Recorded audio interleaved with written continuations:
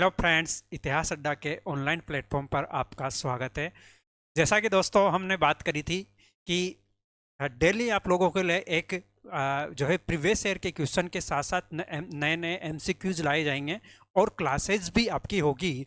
रीट की हम बात कर रहे थे, जो भी जितने भी एग्ज़ाम है राजस्थान में रीट लेवल प्रथम द्वितीय, इसके साथ साथ और भी जो जिन एग्ज़ामों में क्वेश्चंस आते हैं राजस्थान के हिस्ट्री एंड कल्चर के, उसकी श्रृंखला में से आज का पहला लेक्चर है दोस्तों।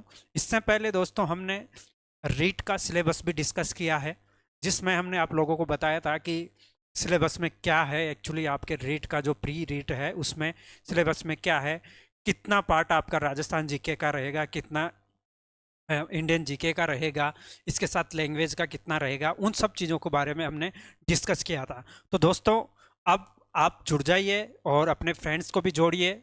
आज अपन क्वेश्चन की ये सीरीज शुरू हो चुकी है दोस्तों, और इसमें से अपना पहला क्वेश्चन है आज का, जो है राजस्थान इतिहास का a survey work of ancient site, a survey work of ancient sites along the lost Saraswati river.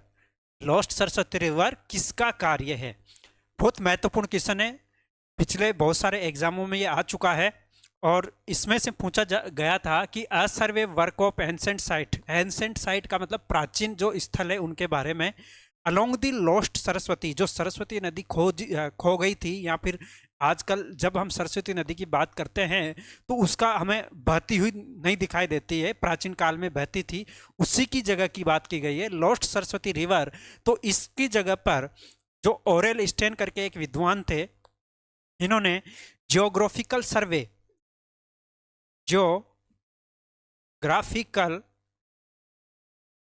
सर्वे नाम से एक रिपोर्ट प्रकाशित की थी। इस रिपोर्ट में इन्होंने बताया था कि भारत में, या फिर ऐसे कह सकते हो जो वर्तमान में घग्गर नदी है, जो वर्तमान में घग्गर जो नदी है ना, इसी के जो जहां से ये बहती है इसी के स्थान पर सरस्वती नदी बहती है। तो दोस्तों जब इनका ये सर्वे हुआ था, जियोग्राफिकल सर्वे करके एक रिपोर्ट पब्लिश हुई थी और उसका नाम था a survey work of ancient sites along the lost Saraswati river, तब से जाकर के इस सरस्वती की जगह पर घग्गर नदी का नाम लोकप्रिय हो गया, यानी कि जहां से सरस्वती नदी बहती थी वहीं पर घग्गर नदी बहती थी। तो ये एक सर्वे था, ये एक किताब का नाम था जो इन्होंने पब्लिश की थी, और वो किसका कार्य है? ये ओरेल स्टेन का कार्य है दोस्तों। बहुत महत्वपूर्ण था, ये आपको पता होना चाहिए। इसके बाद में नेक्स्ट क्वेश्चन है अपना, निम्नांकित में से किस इतिहासवेत्ता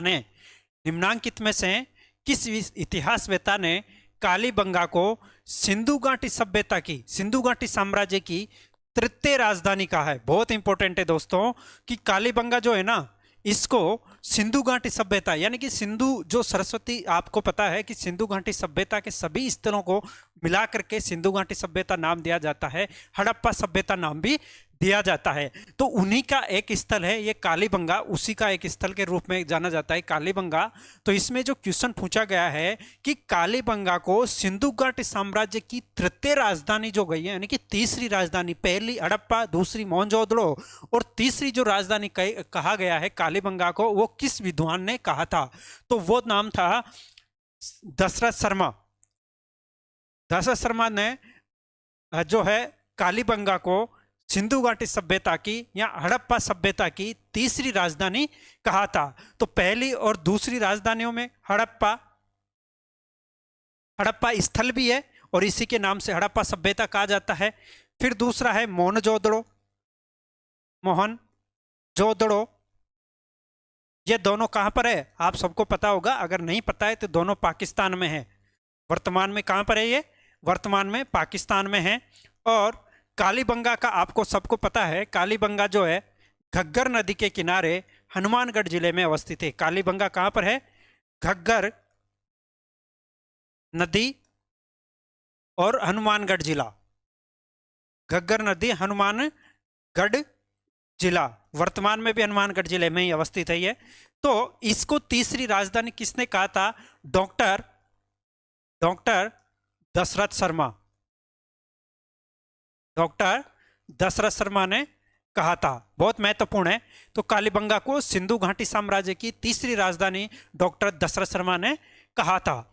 अब नेक्स्ट क्वेश्चन है अपना, वो है कालीबंगा पुरा स्थल के किस दिशा में जुता हुआ खेत मिला है। बहुत ही महत्वपूर्ण है कि दोस्तों, आप लोगों को सबको ये पता है कि कालीबंगा स्थल जो है हनुमानगढ़ जिले में घग्गर नदी के किनारे अवस्थित है, लेकिन वहां से एक अवशेष यानी कि एक साक्ष्य मिला है हमें जुते हुए खेत का। जुता हुआ खेत का साक्ष्य हमें कहां से मिलता है? कालीबंगा से। महत्वपूर्ण एक तो ये, इसी में क्वेश्चन में ही आंसर मिल गया अपन को कि कालीबंगा से जुते हुए खेत का साक्ष्य मिला है। लेकिन जो यहाँ पर क्वेश्चन है, महत्वपूर्ण क्वेश्चन जो बना है, वो क्वेश्चन ये बना है कि जुता हुआ खेत का जो है ना, ये कालीबंगा स्थल के किस दिशा में है, ऐसा क्वेश्चन है ये। कालीबंगा पुरा स्थल के किस दिशा में जुता हुआ खेत मिला है? तो इसमें महत्वपूर्ण है कि कालीबंगा, सपोज करो कि ये पूरा स्थल है यहाँ पे। अब ये स्थल, कुछ चीजें यहाँ पर मिली होगी, जैसे कुछ यहाँ से जो सामग्री मिली है, उन सामग्रियों को एक बार अगर डिस्कस करें मोटा मोटा, तो हमें यहाँ से जुते हुए खेत तो आप देख ही ले, जुते हुए खेत।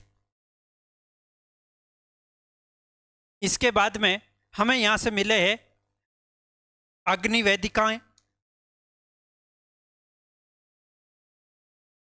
अग्निवेदिकाएं, मिट्टी के बर्तन मिले हैं, मिट्टी के बर्तन मिले हैं। तो दोस्तों अब अनेक और भी साक्ष्य मिले, जिनको अगले नेक्स्ट क्वेश्चन में ऐसे जो क्वेश्चन आएंगे उनमें डिस्कस करते चले जाएंगे अपन।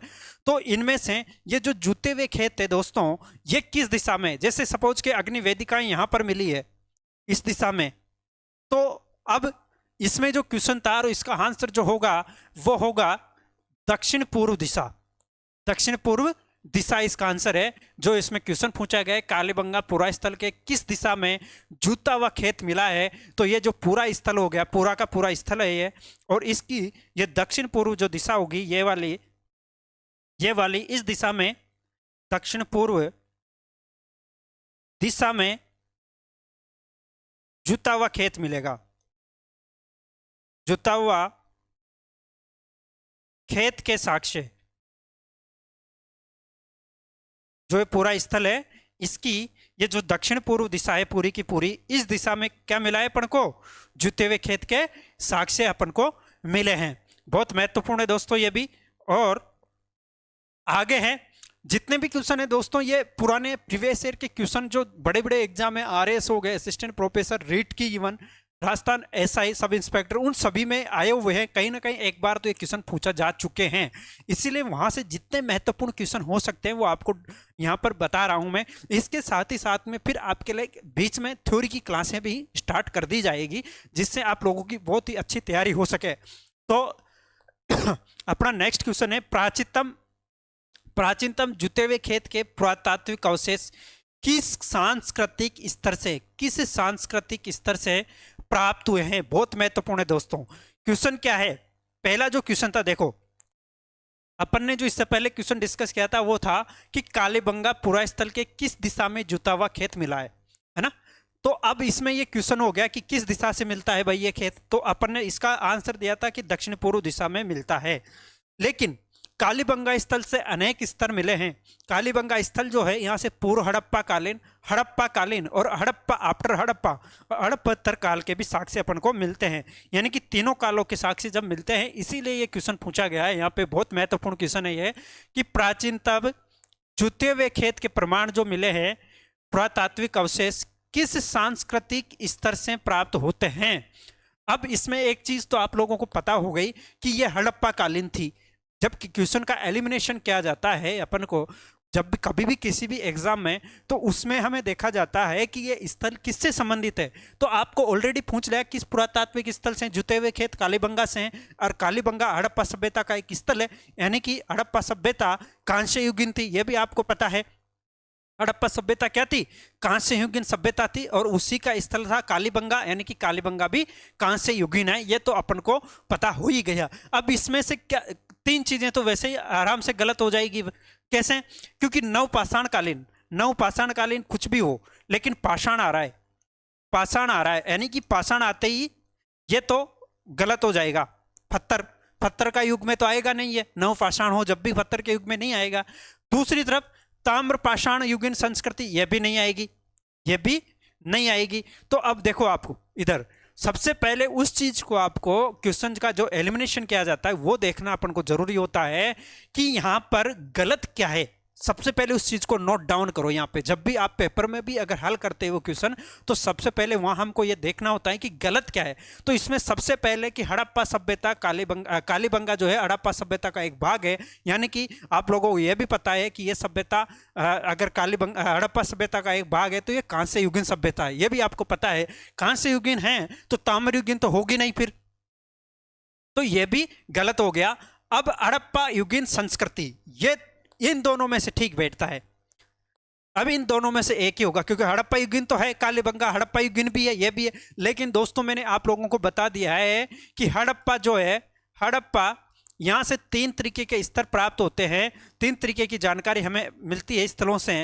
वो यानी कि एक तो प्राक हड़प्पा, प्राक हड़प्पा, प्राक हड़प्पा का मतलब क्या होता है, हड़प्पा से भी जो हड़प्पा स्थल मिला है उससे पहले के भी स्थल सबसे प्राचीन स्थल माने जाते हो। प्राक यानी कि पहले के, सबसे पहले के जो स्थल मिले हैं वो, तो प्राक हड़प्पा पहला सबसे प्राचीन। इसके बाद में दूसरा जो मिलेगा हमको हड़प्पा काल, यानी कि हड़प्पा सभ्यता जो थी या हड़प्पा स्थल जो था, इसका पीक समय जो होता है उसको हड़प्पा काल, हड़प्पा काल। और तीसरा स्थल अपन को जो मिलता है वो है हड़प्पेतर,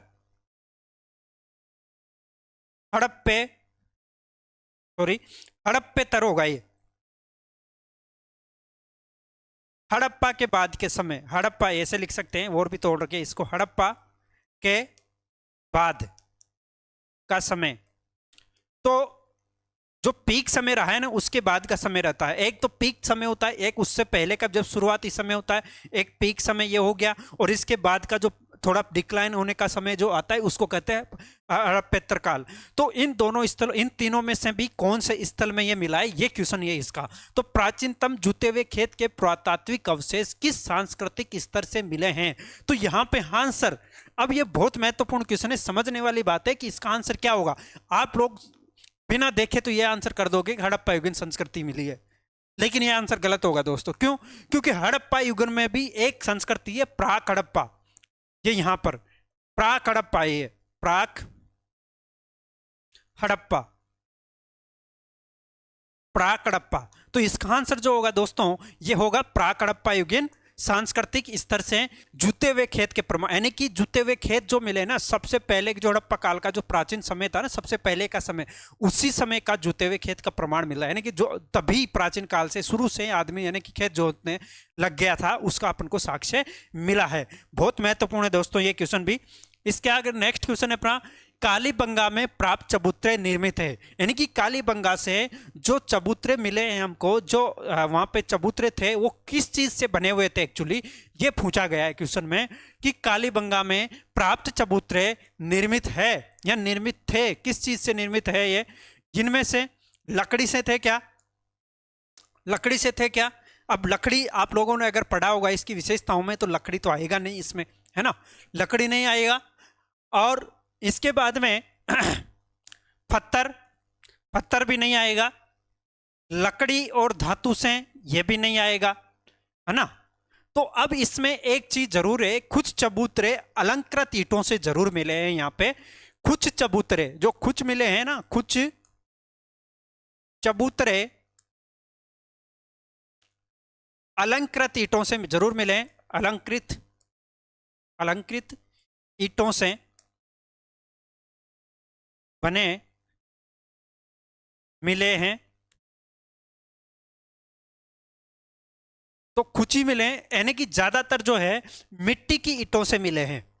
जो ज्यादातर मिले हैं हमको वो किससे मिले, मिट्टी की ईंटों से मिले। कालीबंगा में प्राप्त चबूतरे निर्मित है, ये क्वेश्चन है।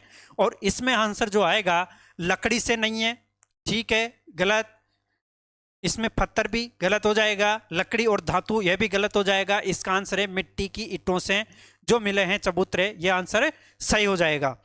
नेक्स्ट क्वेश्चन है, निम्न में से किस स्थल को ताम्रवती नगरी के नाम से भी जाना जाता है। बहुत महत्वपूर्ण है दोस्तों, बहुत बार क्वेश्चन पूछा गया आप सभी को, हालांकि इसका आंसर आता भी होगा, लेकिन फिर भी मैं आप लोगों से भी पूछता हूं, आप बताइए इसका आंसर क्या होगा।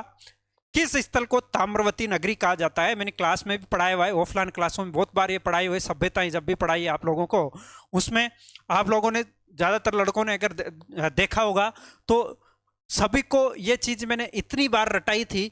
दो चीजें थी, ताम्रवती नगरी और ताम्र सभ्यताओं की जननी। ये दोनों अलग अलग है, इसमें बहुत कंफ्यूज हुए हैं आप समझाने के दौरान भी, क्लास के दौरान भी, और अब वही क्वेश्चन आपके सामने आ गया है। तो बताओ निम्न में से किस स्थल को ताम्रवती नगरी के नाम से भी जाना जाता था? तो आप बताइए दोस्तों, क्या इसमें बैराट है क्या? जिसमें आप कंफ्यूज होते थे वो तो मैंने ऑप्शन में आपको दिया ही नहीं, वो तो मैंने आपको ऑप्शन में नहीं दिया है, तो आपको थोड़ा आराम है, रिलैक्स है इस चीज से। तो अब आप बताइए, इन्हीं में से बताइए, क्या बागोर है क्या? क्या बागोर है क्या? बागोर नहीं है ना। इसमें ताम्रवती नगरी यानी कि जहां पर तांबा मिला है सबसे ज्यादा एक तो, और उसके लिए ये जानी जाती है, तो ताम्रवती नगरी के रूप में जानी जाती है अहाड़ सभ्यता। अहाड़ सभ्यता। और अहाड़ जो है, थोड़ा सा इसके बारे में लिख लेते हैं। अहाड़ उदयपुर में, उदयपुर में वर्तमान में शायद जैसे जिलों का नए जिले बने हैं वहां से सलुम्बर में आ जाएगा। यहाँ तो ये सलुम्बर में, सलुम्बर एक नया जिला बना है उदयपुर का, है उदयपुर में से टूट के राजस्थान का नया जिला बना है, तो ये सलुम्बर में आ जाएगी जहां तक है हड़प्पा सभ्यता और ये अहाड़ सभ्यता। और ये अहाड़ जो है बनास नदी के किनारे अवस्थित है, बनास नदी के किनारे, बनास नदी के किनारे। और यहाँ पे उत्खनन जो कार्य किया है, उत्खनन का कार्य ये किया है HD सांकलिया। HD सांकलिया द्वारा यहाँ पर उत्खनन कार्य किया गया है। यहाँ पर अनेक जो है उपकरण मिले हैं, इसी कारण से इसको ताम्रवती नगरी भी कहा जाता है, क्योंकि तांबा यहाँ पर गलाया जाता था और तांबा गलाए जाने की वजह से तांबा गलाने के बहुत साक्ष्य मिले। साथ ही साथ में रेड एंड ब्लैक मतलब काले और लाल, काले एवं लाल मृदभांड यहाँ पर मिले हैं। काले एवं लाल मृदभांड वाली संस्कृति भी इसको कहा गया है, बहुत महत्वपूर्ण है। एक और यहाँ पे जो साक्ष्य मिला है, एक साथ छह जो चूल्हे, एक साथ छह जो चूल्हे थे उनकी भी जानकारी में यहाँ से मिलती है। आगे बताते जाएंगे आपको और भी जानकारी इनके बारे में। तो फिलहाल निम्न में से किस स्थल को ताम्रवती नगरी के नाम से जाना जाता था? तो इसका नाम इसका आंसर आ जाएगा अहाड़। अहाड़ जो है उदयपुर में अवस्थित है, उदयपुर में वर्तमान में जो जिला बना है सलुम्बर, वहां पर इसकी स्थिति आ जाएगी। नेक्स्ट है, निम्न में से कौन सा प्राचीन स्थल और उत्खनन करता सुमेलित नहीं है? अब जब भी ऐसा क्वेश्चन आए, बहुत ही महत्वपूर्ण क्वेश्चन है, बहुत छांट छांट के मैंने क्वेश्चन बनाए आप लोगों के लिए। निम्न में से कौन सा, एक तो प्राचीन स्थल दे दिया और उसका दूसरा है उत्खनन करता। यह स्थल है, यह स्थल है और यह है उत्खनन करता। उत्खनन करता, यह क्या है? उत्खनन करता। तो स्थल और उत्खनन करता। अब इनमें से क्वेश्चन जो बना है कि कौन सा सुमेलित नहीं है, यानी कि इनमें से कौन सा गलत है, यानी कि बैराठ में क्या दयाराम साहनी सही है क्या? सही है ना। इसके बाद बागोर अहाड़, अहाड़ में अब मैंने आपको इससे पहले वाले क्वेश्चन में डिस्कस किया था कि उत्खनन करता कौन है। उत्खनन करता अहाड़ का कौन था, आप बताएंगे। अब बताइए जल्दी, अहाड़ का उत्खनन करता कौन था? अहाड़ का उत्खनन करता जो था HD सांकलिया, मैंने आपको बताया था इससे पहले के क्वेश्चन में, बताया था ना, इससे पहले वाले क्वेश्चन में डिस्कस किया था। अहाड़ का उत्खनन करता तो बैराठ का सही है, कौन सा गलत है, यानी कि सुमेलित नहीं है। तो ये तो सही है, दयाराम साहनी ने बैराठ में किया, अहाड़ में। अब यहीं आंसर आ गया अपना HD सांकलिया आ जाएगा इसका आंसर। तो HD सांकलिया इसका आंसर आ जाएगा। और कालीबंगा, अब दोस्तों यहाँ पे इंपॉर्टेंट चीज है कि अमलानंद घोष दे दिया है यहाँ पे, और ये अमलानंद घोष जो था ना, इसने क्या किया था, 1952 में इसकी खोज की थी दोस्तों, उत्खनन नहीं की थी। ये क्वेश्चन थोड़ा सा इस तरीके का दिया हुआ है, क्वेश्चन ही ऐसा ही था, मैंने उस वक्त भी ये चीज देखा था, लेकिन फिर भी मैंने इसको डाला क्योंकि महत्वपूर्ण था। इसका आंसर मैं बता देता हूं। कालीबंगा का उत्खनन करता जो था वो बीबी लाल एवं बी के थापर थे। बीबी लाल एवं बी के थापर थे, उत्खनन करता ये थे, जबकि खोज करने वाले अमलानंद घोष थे। इसमें ऑप्शन में ही ऐसा दिया हुआ था, इसलिए मैंने दे दिया कि इसको बता दिया जाएगा। और बागोर में वीएन मिश्रा उत्खनन करता थे, ये बिल्कुल सही है। तो अब देखो आप, क्वेश्चन जो बना है कि निम्न में से कौन सा प्राचीन स्थल का नाम दे दिया, और दूसरा दे दिया इसमें सुमेलित नहीं है। प्राचीन स्थल और उत्खननकर्ता, सुमेलित कौन सा नहीं है, ये क्वेश्चन है। तो सुमेलित नहीं है, ये आप लोगों को पता हो गया, इसका आंसर आहार हो गया। ठीक है दोस्तों, नेक्स्ट क्वेश्चन है, कौन सा कथन सही है। अब ये बताओ, अब इनमें से 4 ऑप्शन है आपके सामने, बहुत महत्वपूर्ण है, बहुत अच्छा क्वेश्चन है। आ रहे हैं जैसे एग्जामों में ऐसे ही क्वेश्चन आते हैं, और ये हमको आते नहीं है आसानी से। जब तक अपन को तीनों चारों चीजें पता नहीं हो, तब तक इसका आंसर अपन सही नहीं कर पाते हैं। इसलिए मैं आपको बता रहा हूं कि निम्न में क्वेश्चन देखा करो, सबसे पहले जोर दो क्वेश्चन पर कि कौन सा कथन सही है, ये पूछ रहा है। पिछले वाले क्वेश्चन में पूछ रहा था कि कौन सा सुमेलित नहीं है ना, यानी कि गलत कौन सा है। अब इसमें पूछ रहा है ये कि इनमें से तीनों चारों में से सही कौन सा है, तीनों चारों में से सही कौन सा है। तो देखो, पहला है गणेश्वर एक उत्खनन स्थल नहीं है। अब आप लोग बताइए मुझे कि गणेश्वर क्या उत्खनन स्थल नहीं है? गणेश्वर उत्खनन स्थल नहीं है क्या? आप बताइए, अब तक जो हमने डिस्कस किया है उसके बारे में आप मुझे बताइए कि गणेश्वर उत्खनन स्थल है या नहीं है, बताओ जल्दी से। नहीं है ना, गणेश्वर उत्खनन स्थल है। गणेश्वर सभ्यता नहीं है क्या, जो सीकर जिले में थी, अब निमका थाना जिले में आ गई है। गणेश्वर स्थल जो कांतली नदी के किनारे है, तो वही है। तो गणेश्वर एक उत्खनन स्थल जो है उत्खनन स्थल है नहीं है, ये गलत हो गया। यानी कि सही कौन सा है, तो ये गलत है।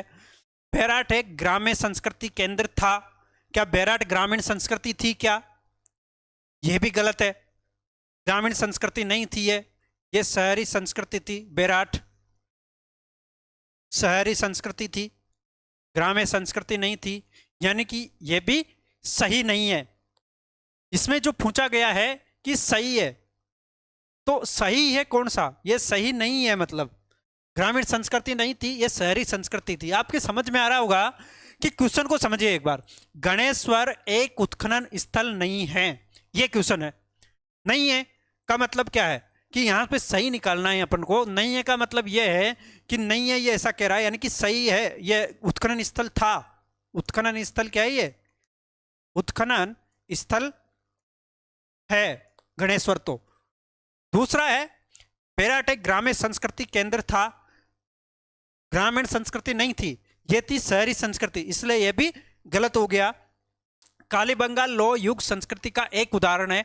दोस्तों, मैं इससे पहले आप लोगों को बता चुका हूं कि कालीबंगा जो है हड़प्पा सभ्यता का ही एक भाग है, और डॉक्टर दशरथ शर्मा ने कालीबंगा को जो है हड़प्पा सभ्यता की तीसरी राजधानी भी कहा है। इसका क्या मतलब हुआ कि हड़प्पा काल में कांस्य युग का प्रभाव था, कांस्य युगीन कहा जाता था हड़प्पा सभ्यता को। इसीलिए हड़प्पा सभ्यता को कांस्य युगीन कहा जाने की वजह से यह भी आंसर गलत हो जाएगा कि कालीबंगा लो युग संस्कृति का एक उदाहरण था। कालीबंगा लो युग संस्कृति का एक उदाहरण था, नहीं, ये कांस्य युगीन सभ्यता थी। कालीबंगा कांस्य युगीन सभ्यता। तो अब बचा क्या, अब छोटा बचा है, जैसे ये भी सही है गलत है, देख लेते हैं। इसमें आहारवासियों का महत्वपूर्ण व्यवसाय अयेश तांबे को गलाना, यहां पे गलाना आ जाएगा, गलाना तथा ताम्र वस्तुएं बनाना था, यह सही है। क्वेश्चन है कौन सा कथन सही है, तो कथन है आहड़ वाला छोटा ऑब्जेक्टिव जो है ये सही है कि आहड़ वासियों का महत्वपूर्ण जो व्यवसाय था तांबे को गलाना तथा ताम्र वस्तुएं बनाना, इनका महत्वपूर्ण व्यवसाय था। तो दोस्तों इस तरीके के क्वेश्चन होते हैं जहां पर अपन को बहुत दिमाग लगाना पड़ता है, पूरा एनालिटिकल अप्रोच लगानी पड़ती है और उसके सभी एस्पेक्ट्स को अपन को पता होना चाहिए, तभी अपन क्वेश्चन को सही कर सकते हैं एग्जाम हॉल में, क्योंकि एग्जाम हॉल में एक्स्ट्रा बर्डन वैसे ही होता है। तो आप लोग समझ पा रहे होंगे मेरी बात को। नेक्स्ट क्वेश्चन है आहड़ सभ्यता के बारे में सही कथन का चयन कीजिए। आहड़ सभ्यता के बारे में सही कथन कौन सा है आहड़ के बारे में? तो देखो आहड़ के बारे में इससे पहले क्वेश्चन देख लो, यहीं से ऑब्जेक्टिव्स उठ के आ रहे हैं। बहुत बार क्वेश्चन क्या होते हैं, रिपीट होते रहते हैं, अनेक एग्जामों में वैसे क्वेश्चन आ जाते हैं, घूम फिर के आते रहते हैं। तो वैसे ही देखो उसमें अगर आपने आंसर सही लगा दिया था तो इसको आप सही कर देंगे। कौन सा कथन सही है इसमें से? ठीक है, ये पूछ रहा है आहड़ वासी तांबा गलाना जानते थे क्या? बताओ, आहड़ वासी तांबा गलाना जानते थे, बिल्कुल सही है। आप लोगों को मैंने फोर्थ ऑब्जेक्टिव था, चौथे नंबर का जो ऑब्जेक्टिव था उसमें यही था। ठीक है, ये लोग चावल से परिचित नहीं थे। आहड़वासी क्या चावल के बारे में नहीं जानते थे क्या? चावल से परिचित थे, बिल्कुल परिचित थे ये लोग। ये गलत ऑब्जेक्टिव है, परिचित थे आहड़वासी चावल से। अब धातु का काम आहड़वासियों की अर्थव्यवस्था का एक साधन था। धातु का जो काम था आहड़वासियों की अर्थव्यवस्था का एक साधन था। हमने इससे पहले के ऑब्जेक्टिव में देखा था, देखो इस ऑब्जेक्टिव में देखा था हमने कि आहड़वासियों का महत्वपूर्ण व्यवसाय अयस्क तांबे को गलाना और ताम्र वस्तुएं बनाना था। उसमें क्या हुआ था, आहड़वासियों का व्यवसाय धातु का काम था कि धातु क्या, तांबा आ गया और इसको गलाना पिघलाना, इसके वस्तुएं बनाना उनका काम था। तो इस क्वेश्चन में के हिसाब से अगर देखें तो ये देखो इधर धातु का काम आहड़वासियों की अर्थव्यवस्था का एक साधन था, तो ये क्या हो गया, सही हो गया। अब देखो इनमें क्वेश्चन पूछा गया है कि हड़प्पा सभ्यता के आहड़ सभ्यता के बारे में सही कथन का चयन कीजिए। सही कथन चयन करना है यहाँ पे।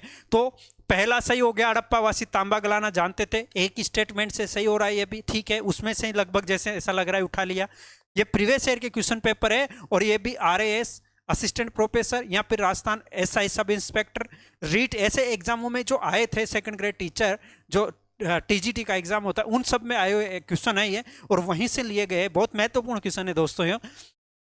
तो ये भी सही है, ये भी सही है, इसमें ये तीसरा भी सही है। और यहां से काले और लाल रंग के मृदभांड मिले हैं जिन पर सामान्यतः सफेद रंग से ज्यामितीय आकृतियां उकेरी गई है। इससे पहले मैंने आपको बताया था कि आहड़ सभ्यता में लाल एवं ब्लैक एंड रेड संस्कृति के साक्ष्य अपन को मिले हैं। इससे पहले भी मैंने अभी डिस्कस भी किया था, क्लासेज में आपको डिस्कस करता आया हूं, तो वहां से ये मिल गया। यानी कि लाल एवं काले मर्दबांड कहां से मिले हैं, आहड़ से मिले हैं। ठीक है, तो इसमें अब देखो, अब ये कूट में से अपन को चयन कर रहा है। बताओ आप सही कौन सा है, आप बता दो आप लोगों को। इनमें केवल और एक गलत है, वो कौन सा गलत है, ये वाला, परिचित नहीं थे। यानी कि ये लोग भी परिचित थे, किससे, चावल से परिचित थे आहड़वासी लोग। तो इसका मतलब कूट में देखो क्या सही है, क्या 1, 3 और 4 ये भी सही था, ये गलत था। तीसरा, धातु का काम आहड़वासी की अर्थव्यवस्था का एक साधन था, सही है। और यहां से काले लाल रंग के मृदभांड हमको मिले हैं जिस पर सामान्यतः सफेद रंग से ज्यामितीय आकृति उकेरी, ये भी सही है। यानी कि इसमें ऑप्शन के हिसाब से पहला ही आंसर सही हो गया, 1, 3 और 4 सही है, बल्कि 1 और 2 ये भी गलत है।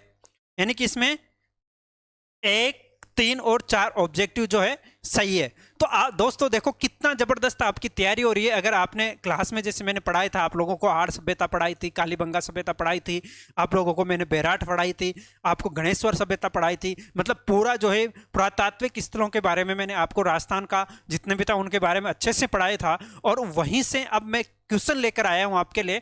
तो देखिए कितनी जबरदस्त तैयारी हो सकती है। दूसरी बात यह है कि क्वेश्चंस का एलिमिनेशन कैसे किया जाता है। एग्जाम हॉल में हम बहुत बार आए हुए क्वेश्चन को गलत कर देते हैं, है। तो गलत करने का कारण क्या होता है वो भी बहुत बेहतरीन तरीका मैं बता रहा हूँ आपको। और दोस्तों एक और चीज़ है कि जो ऑफलाइन क्लास होती है ना, उसमें जैसे अब कर्मचारी चयन बोर्ड या आरपीएससी के द्वारा जिस तरह का पेपर का टेस्ट लिया जाता है आपका, कि ऑब्जेक्टिव 5 बनाए जाते हैं, है ना, उस तरीके का अब टेस्ट कंडक्ट करने लग गए अपन ऑफलाइन में भी। और उसके बाद में आपकी वो भी हैबिट डाल दी जा रही है जिससे लगातार आपका इंप्रूवमेंट हो, ज़्यादातर गलतियां नहीं हो। और दूसरी बात ये कि यहाँ से जो है एग्जाम हॉल का एनवायरनमेंट आपको मिल सके जिससे आपकी गलतियां बहुत कम हो। तो दोस्तों आपकी तैयारी को और भी अच्छा करने के लिए मैं आपको लगातार यहाँ पर क्वेश्चंस लेके आऊँगा डेली।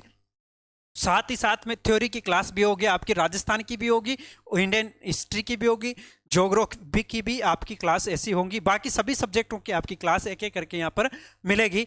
तो आप अधिक से अधिक दोस्तों तक इस क्लास को शेयर करिए, जोड़िए, सब्सक्राइब करिए चैनल को। और आप लोग जुड़े रहेंगे, क्लास में बने रहेंगे, तभी आपकी वैल्यूएबिलिटी भी होंगी, आगे क्वेश्चंस का फायदा भी तभी मिलेगा आपको, है ना। तो आप अपने फ्रेंड्स तक भी पहुंचाते रहिए इन क्वेश्चनों को। नेक्स्ट क्वेश्चन है अपना, आर्य संस्कृति के लोग निम्नांकित में से किस धातु से परिचित नहीं थे।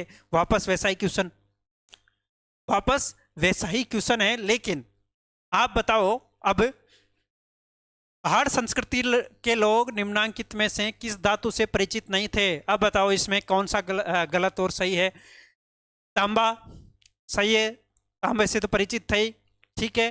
चांदी, कभी क्या अपन ने हड़प्पा सभ्यता जब पढ़ी थी, या फिर आहार संस्कृति जब हमने पढ़ी थी, यहाँ क्वेश्चन आहार संस्कृति का है, आहार संस्कृति आहार सभ्यता का है, तो क्या आहार सभ्यता में कभी हमने चांदी के बर्तनों के बारे में बात करी है? क्या हमने वहां पर चांदी से रिलेटेड किसी भी औजार, उपकरण या किसी भी चीज के बारे में हमने पढ़ा है क्या? बताओ जल्दी से। नहीं पढ़ा है ना अपन ने। तो नहीं पढ़ा है तो इसका मतलब यहां पर एक और चीज देख लेते, क्या लोहा मिला है कि वहां पे? बिल्कुल लोहे के उपकरण अपन को मिलते हैं। हाड़ जो सभ्यता है, हमने आपको क्लास में बताया था कि हड़प जो हाड़ संस्कृति है इसमें प्रारंभ में जो है ताम्र उपकरण मिलते हैं, उसके बाद में कुछ लोह के उपकरण भी हमको देखने को यहाँ पर मिलते हैं। 2 भागों में बांटा था इसको, और जैसे शुरुआत में तांबा युगीन, फिर कुछ कुछ जो है लोहे के भी यहाँ पर उपकरण हमको देखने को मिलते हैं, और टिन का भी हमें देखने को यहाँ पर मिलता है। इसका मतलब क्या हुआ कि आहार संस्कृति के लोग निम्नांकित में से किस धातु से परिचित नहीं थे? तो इसका आंसर हो गया चांदी। इसका आंसर क्या हो गया? चांदी आंसर हो गया। नेक्स्ट क्वेश्चन है अपना, और वो है गणेश्वर सभ्यता के अवशेष चिन्ह उपस्थित है। बहुत महत्वपूर्ण है। अब आप बहुत ज्यादा कुछ क्वेश्चन तो मैं बहुत बेसिक लेकर आया हूं जो आप लोग बताएंगे। अब बताओ, आप इसका आंसर बताओ। गणेश्वर सभ्यता के अवशेष चिन्ह उपस्थित है, यानी कि गणेश्वर सभ्यता किस जिले में है? बताओ, गणेश्वर सभ्यता किस जिले में है? पता है कुछ? गणेश्वर सभ्यता मैंने अभी तो कल ही डिस्कस की है। ये तो गणेश्वर सभ्यता किस जिले में अवस्थित है?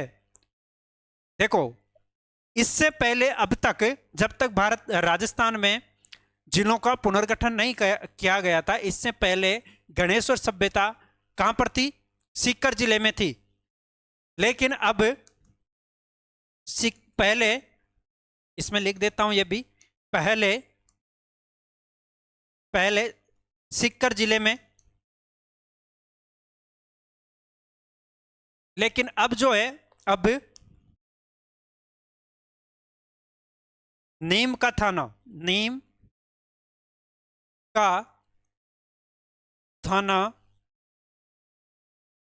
जिले में, नीम का थाना जिले में कांतली नदी के किनारे, कांतली नदी के किनारे पहले सीकर जिले में थी। अब जैसे ही जिलों का पुनर्गठन हुआ है नए जिलों का, तब से ये कौन से जिले में आ गई? ये नीम का थाना जिले में आ गई। और नदी तो वही है, कांतली नदी के किनारे अवस्थित है। कांतली नदी किस तरह का है? अंत प्रवाह जो है इसका बहा जाता है। जिस तरह से गग्गर नदी बहती है, अंत प्रवाह इसका होता है, इसी तरीके से कांतली नदी का भी होता है। तो इसमें आंसर क्या आ जाएगा? गणेश्वर सभ्यता के अवशेष चिन्ह उपस्थित है। ये क्वेश्चन पुराना है, इसमें जो आंसर रहेगा इसके अनुसार तो सीकर आएगा, लेकिन वर्तमान में यहां पर नीम का थाना लिख लीजिए आप, नीम का थाना। गणेश्वर सभ्यता जो है वर्तमान में नीम का थाना जिले में अवस्थित है। नेक्स्ट क्वेश्चन है अपना कि गणेश्वर सभ्यता किस काल से संबंधित है। अब ये बताओ आप, गणेश्वर सभ्यता किस काल से संबंधित है। पूरी सभ्यताएं मैंने आपको एक एक करके बताई है। अब एक बात एक तरीके से समझ ले, जो क्लास में थे ऑफलाइन उनके लिए तो ये रिवीजन है, अगर वो आंसर नहीं दे पा रहे हैं तो फिर तो गलत है ना। तो उसके लिए तो आंसर देना चाहिए। गणेश्वर सभ्यता किस काल से संबंधित है। गणेश्वर सभ्यता जो है देखो, पाषाण काल से संबंधित है क्या भाई? नहीं है ना। तो सब हमने बताया कि जो गलत है उसको तो सबसे पहले ही हटाओ, जो गलत है उसको सबसे पहले हटा दो कि ये बीच में आए नहीं अपने। दूसरा, गणेश्वर सभ्यता हड़प्पा कालीन है क्या? हड़प्पा कालीन भी नहीं है। लो युगीन है क्या? यह भी नहीं है। यह है ताम्रोप और कांस्य युगीन, इसमें दोनों सभ्यताओं के अवशेष मिलते हैं हमें, है ना।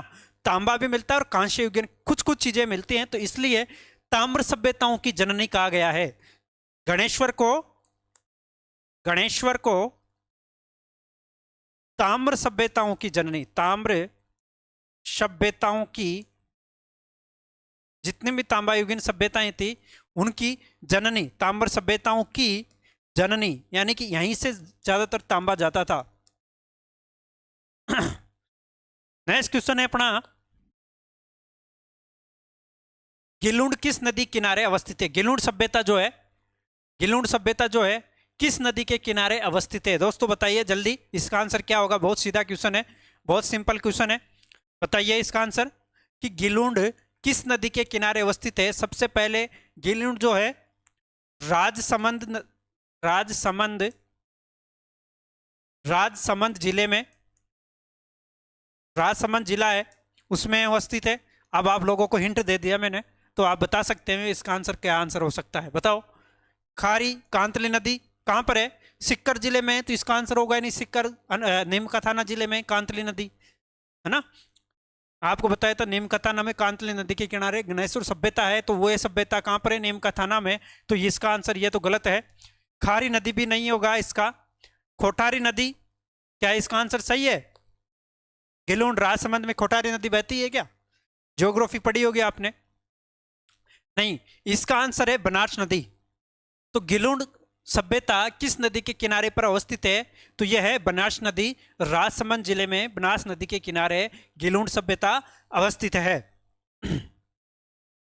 नेक्स्ट क्वेश्चन है अपना, बहुत महत्वपूर्ण क्वेश्चन है यह भी, कि बागोर के बारे में निम्नलिखित कथनों को पढ़िए। दोस्तों ये क्वेश्चन है ना, हर तरीके के एग्जाम में आ चुका है।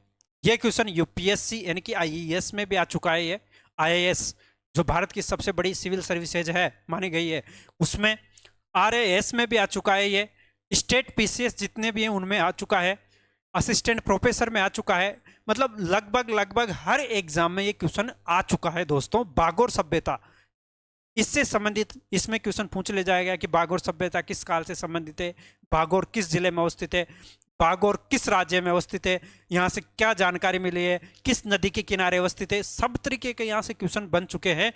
तो दोस्तों अब उसी में से दो क्वेश्चन बने हुए हैं। इससे पहले हमने डिस्कस कर लिया था, एक ऑप्शन तो इसका डिस्कस कर लिया था इससे पहले ही हमने, अभी उसको भी डिस्कस कर लेते हैं। बागोर जो है, निम्नलिखित में से कथनों को पढ़िए बागोर के बारे में। सबसे पहले तो मैं आपको बता देता हूं कि जो बागोर है, बागोर ये भीलवाड़ा जिले में स्थित है। बागोर कहां पर अवस्थित है? भीलवाड़ा जिले में अवस्थित है बागोर सभ्यता। और दूसरी, ये मध्य पाषाण कालीन स्थल है। मध्य पाषाण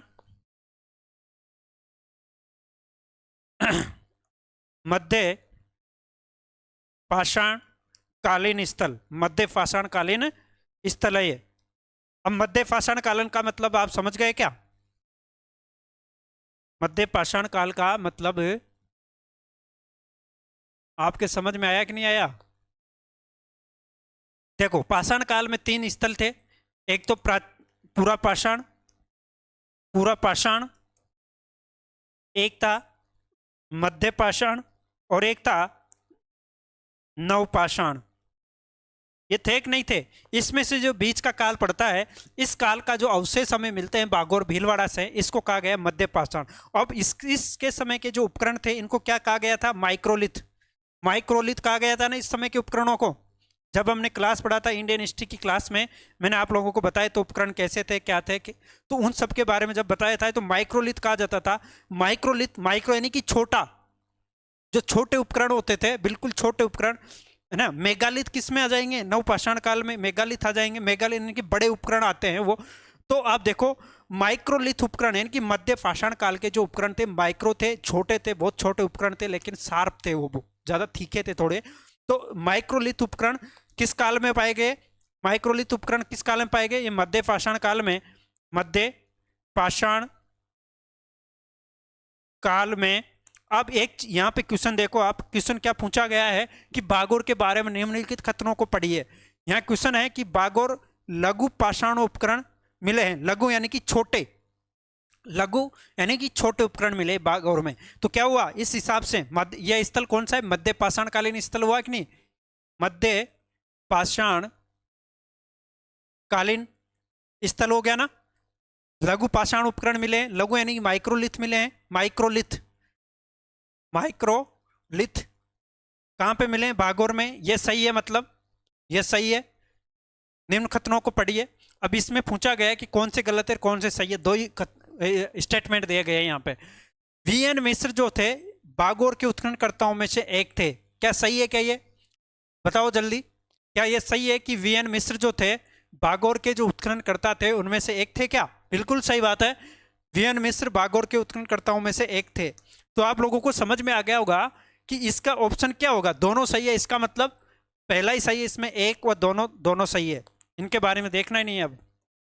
तो बागोर के बारे में निम्नलिखित कथनों को पढ़िए। बागोर सभ्यता जो थी भीलवाड़ा में अवस्थित है, और ये यहाँ पर मध्य पाषाण कालीन उपकरण मिले हैं। मध्य पाषाण कालीन जो उपकरण हुआ करते थे वो माइक्रोलिथ थे, यानी कि लघु पाषाण होते थे, छोटे होते थे, इसलिए उनको माइक्रोलिथ कहा जाता था। और ये उपकरण हमें बागोर से मिले हैं, हमें राजस्थान में, और एक तिलवाड़ा से भी मिले हैं। नेक्स्ट क्वेश्चन है, सभ्यताएं दी हुई है, सही युग्म को चुनिए। अब इसमें क्या है, सभ्यताओं के नाम है, कुछ जो सभ्यताएं हैं उनके नाम, सभ्यताएं के नाम और जिले, ये किस जिले में अवस्थित है सभ्यताएं, ये पूछा गया है। यानी कि सही युग्म को चुनिए। तो इसमें युग्म का मतलब जो पूछा गया है कि सभ्यताओं का नाम और जिले कौन से हैं उनका नाम इसमें पूछा गया है। अगर जो गलत है वो गलत हो सकता है, उस हिसाब से कूट चयन करना है कि ए और बी सही है तब सी और डी गलत है क्या, ए बी सी डी सभी सही है क्या, ए और डी सही है लेकिन बी और सी गलत है, या फिर ए बी और सी सही है तथा डी गलत है। इस तरीके से यहाँ पर क्वेश्चन चल रहे हैं। तो देखो अब सही युग्म को चुनिए। बालाथल सभ्यता कहाँ पर है, आप लोगों को मैंने एक ट्रिक के माध्यम से समझाया था क्लास में। बालाथल, ओ बाला इधर आ, ओ बाला इधर आ, और कहाँ पर आ, वो आ बालाथल उदयपुर में या भीलवाड़ा में, उदयपुर में है ना। तो बालाथल उदयपुर में, सुनारी झुंझुनू में। अब आप लोगों को मैंने बता दिया कि बागोर कहाँ पर है, बागोर जो है भीलवाड़ा में है, बागोर भीलवाड़ा में अवस्थित है। और गिलुंड मैंने आप लोगों को बताया था, गिलुंड कहाँ पर है, राजसमंद में, राजसमंद में गिलुंड है। तो क्या हो गया इसमें, सही युग्म को चुनिए। सही युग्म क्या है, ये दोनों सही है, पहला ए और बी सही है, बालाथल उदयपुर में, सी ए और बी सुनारी कहाँ पर है, झुंझुनू में, यानी कि ए और बी सही है, सी और डी गलत है, ये इसका ऑप्शन सही हो जाएगा। ठीक है, नेक्स्ट क्वेश्चन है, और वो है प्राचीन सभ्यता स्थल एवं उनके जिले को सुमेलित कीजिए। प्राचीन सभ्यता स्थल दिए गए हैं और वो किस जिले में अवस्थित है उनके बारे में मिलान किया गया है। तो मिलान बताइए कहां पर क्या अवस्थित है, मैं आप लोगों को बताया था इससे पहले। एक तो सिंधी तालाब, बहुत महत्वपूर्ण है, इंपॉर्टेंट है बहुत, सिंधी तालाब। इन तीनों में से के तो नाम आपने सुन लिए होंगे लगभग तीनों के, लेकिन इसका नाम नहीं सुना होगा आपने। सिंधी तालाब कहां पर अवस्थित है, सिंधी तालाब जो है नागौर में अवस्थित है। सिंधी तालाब कहां पर अवस्थित है, नागौर में अवस्थित है।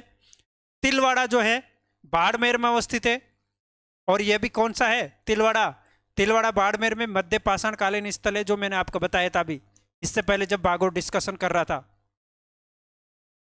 बीजक की पहाड़ियां आप लोगों को पता है कहां पर अवस्थित है? बैराठ में। बीजक की पहाड़ियां बैराठ में अवस्थित है, बैराठ में अवस्थित है। और ये वर्तमान में, पहले जयपुर जिला जो पूरा था उसमें है, और अब कोटपुतली, कोटपुतली जिला जो नया जिला बना है उसके अंदर आती है अब।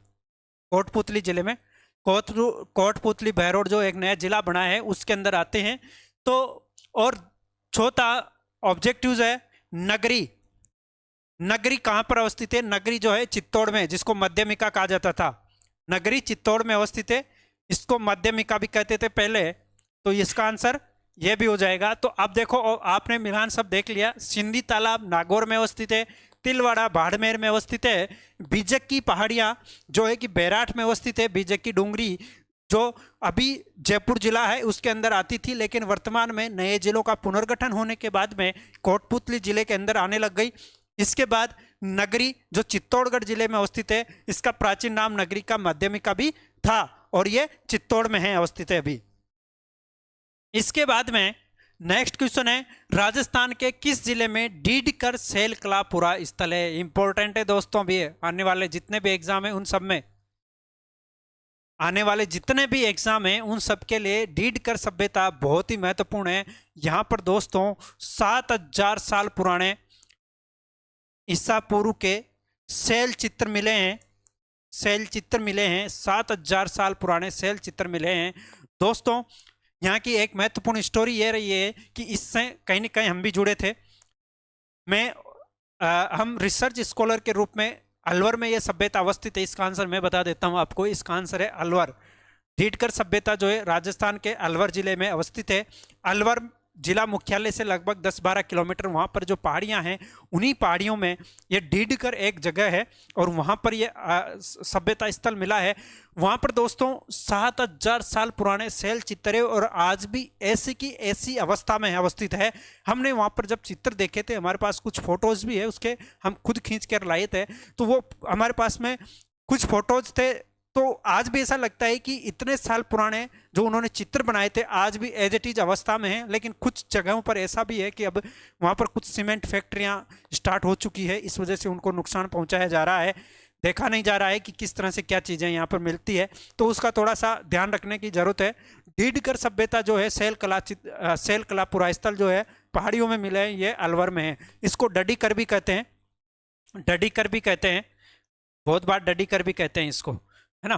तो ये अलवर जिले में अवस्थित है। दूसरा क्वेश्चन है, कौन सा पुरातत्व स्थल राजस्थान के भरतपुर जिले में पाया गया? भरतपुर जिले में कौन सा स्थल है बताओ? देखो, इनमें से कोई सा है क्या? महोदय नहीं है, ये महादेव है, महादेव। चमत्कारेश्वर महादेव मंदिर नहीं है। आजी रहमान चिश्ती का भवन भी नहीं है यहाँ पर। यहाँ पर है दोस्तों अहिल्याबाई का कुआं। कौन सा पुरातत्व स्थल भरतपुर जिले में पाया गया? तो भरतपुर जिले में अहिल्याबाई का कुआं भरतपुर जिले में अवस्थित है। नेक्स्ट क्वेश्चन जो है इसका वो है कि राजस्थान के किस स्थल से पूरा पाषाण युगीन उपकरण प्राप्त हुए हैं? पूरा पाषाण कालीन, मैंने पहले भी आपको बताया है कि पाषाण काल जो है 3 भागों में बांटा गया था। पाषाण काल, पाषाण काल जो है 3 भागों में बांटा गया था कि पूरा पाषाण काल यानी कि सबसे पुराना, मध्य पाषाण काल, मध्य पाषाण काल और नव पाषाण काल। मैं पहले बता चुका आप लोगों को। तो अब इसमें जो क्वेश्चन पूछा गया है वो क्वेश्चन पूछा गया है कि राजस्थान के किस स्थल से पूरा पाषाण युगीन उपकरण मिले हैं। आप लोगों को मैंने बताया था कि मध्य पाषाण कालीन उपकरण कहां से मिले हैं? मध्य पाषाण कालीन उपकरण बागौर और तिलवाड़ा बाड़मेर से मिले हैं। बागौर भीलवाड़ा में अवस्थित है, ठीक है। तो मध्य पाषाण कालीन उपकरणों के बारे में मैंने बता दिया आपको। इसमें क्वेश्चन पूछा गया पूरा, यानी कि पुराने, इससे भी पुराने स्थल कहां से पूछे गए इन ऑप्शन में। तो बागौर तो क्या हो गया? मध्य पाषाण कालीन स्थल हो गया, मध्य पाषाण कालीन, है ना, मध्य पाषाण कालीन स्थल हो गया बागौर। और आहड़ क्या है? ताम्रयुगीन है, ये ताम्रयुगीन आहड़ हो गया। लोह युगीन भी है ये। ठीक है। कालीबंगा जो है कांस्य युगीन है, कांस्य युगीन है कालीबंगा, है कि नहीं? पहले डिस्कस कर चुका हूं। तो कौन सा बचा? भानगढ़। भानगढ़ जो सभ्यता है ये अलवर में है। भानगढ़ जो है ये पूरा पाषाण कालीन स्थल है, पूरा पाषाण कालीन स्थल। बहुत इंपॉर्टेंट क्वेश्चन है। भानगढ़ जो है इसका आंसर सही हो जाएगा भानगढ़। राजस्थान के किस स्थल से पूरा पाषाण कालीन उपकरण मिले? तो इसमें आंसर हो जाएगा भानगढ़। भागौर जो है मध्य पाषाण कालीन है, अहार ताम्रयुगीन और लोहयुगीन है, कालीबंगा कांस्य युगीन है, भानगढ़ जो है पूरा पाषाण कालीन स्थल यानी कि पाषाण कालीन स्थल है ये भी। नेक्स्ट क्वेश्चन जो है अपना, बस एक दो और क्वेश्चन है लास्ट।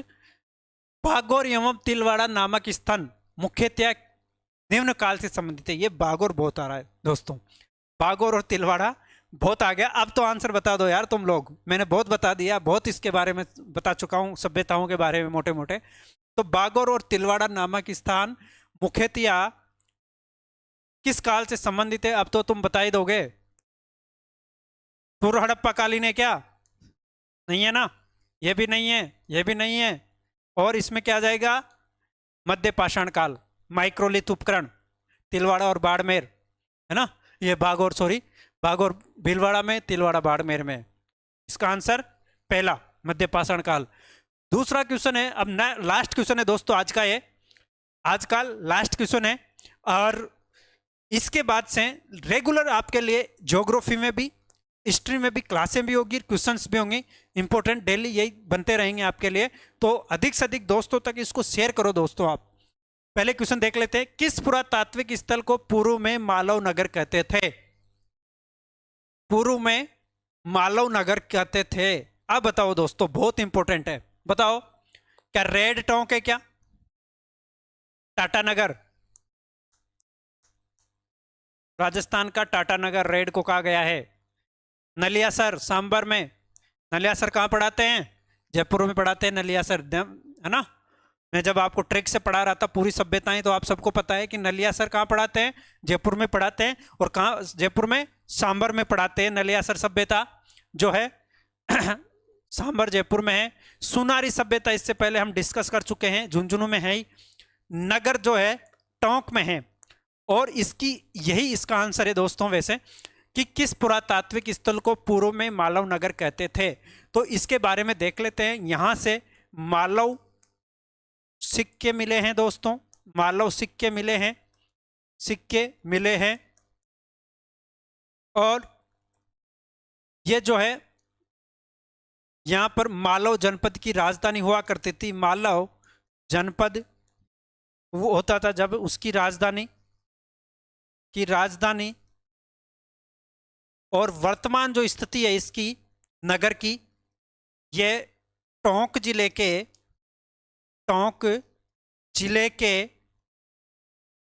उनियारा तहसील, टोंक जिले के उनियारा तहसील के ककोड़ कस्बा के पास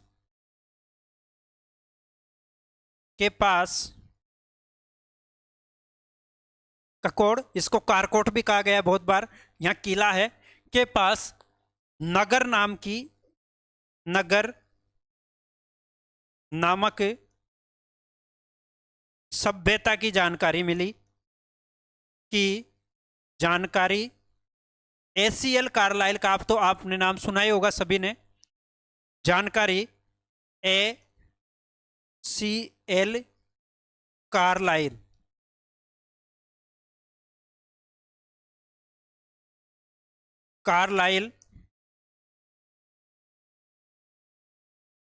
द्वारा सामने लाई गई। तो दोस्तों आपको समझ में आ गया होगा कि नगर किस पुरातात्विक स्थल को मालव नगर कहते थे। यहाँ से मालव सिक्के मिले, मालव सभ्यता की ये जो मालव जनपद था उसकी ये राजधानी हुआ करती थी।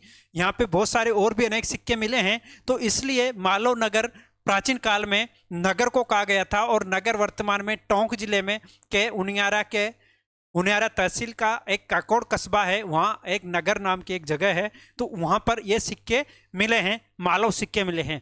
तो दोस्तों ये थी आज की अपनी क्लास, राजस्थान की सभ्यताएं, उनसे संबंधित जितने जितने महत्वपूर्ण क्वेश्चन बनने थे वो आ गए। और भी अनेक क्वेश्चन है जो आते रहेंगे, नेक्स्ट क्लास में भी और भी जो भी महत्वपूर्ण लगेंगे उनको लेके आऊँगा। इस तरह की अब अपनी जो क्लासेज हैं रेगुलर होगी। और दोस्तों अपने दोस्तों तक भी इसको पहुँचाइए, अधिक से अधिक दोस्तों को जोड़िए और चैनल को सब्सक्राइबर करिए। और सब्सक्राइबर करने के लिए आप शेयर भी करिए, कमेंट भी करिए कि आपको और क्या इसमें बेहतर किया जा सकता है, उसके साथ जुड़े रहिए। तो दोस्तों आज इतना ही, और भी अनेक क्लासें आपको मिलेगी इसमें, ज्योग्राफी, हिस्ट्री, पॉलिटी, सभी जो भी आपका सिलेबस है वो। तो थैंक यू, धन्यवाद।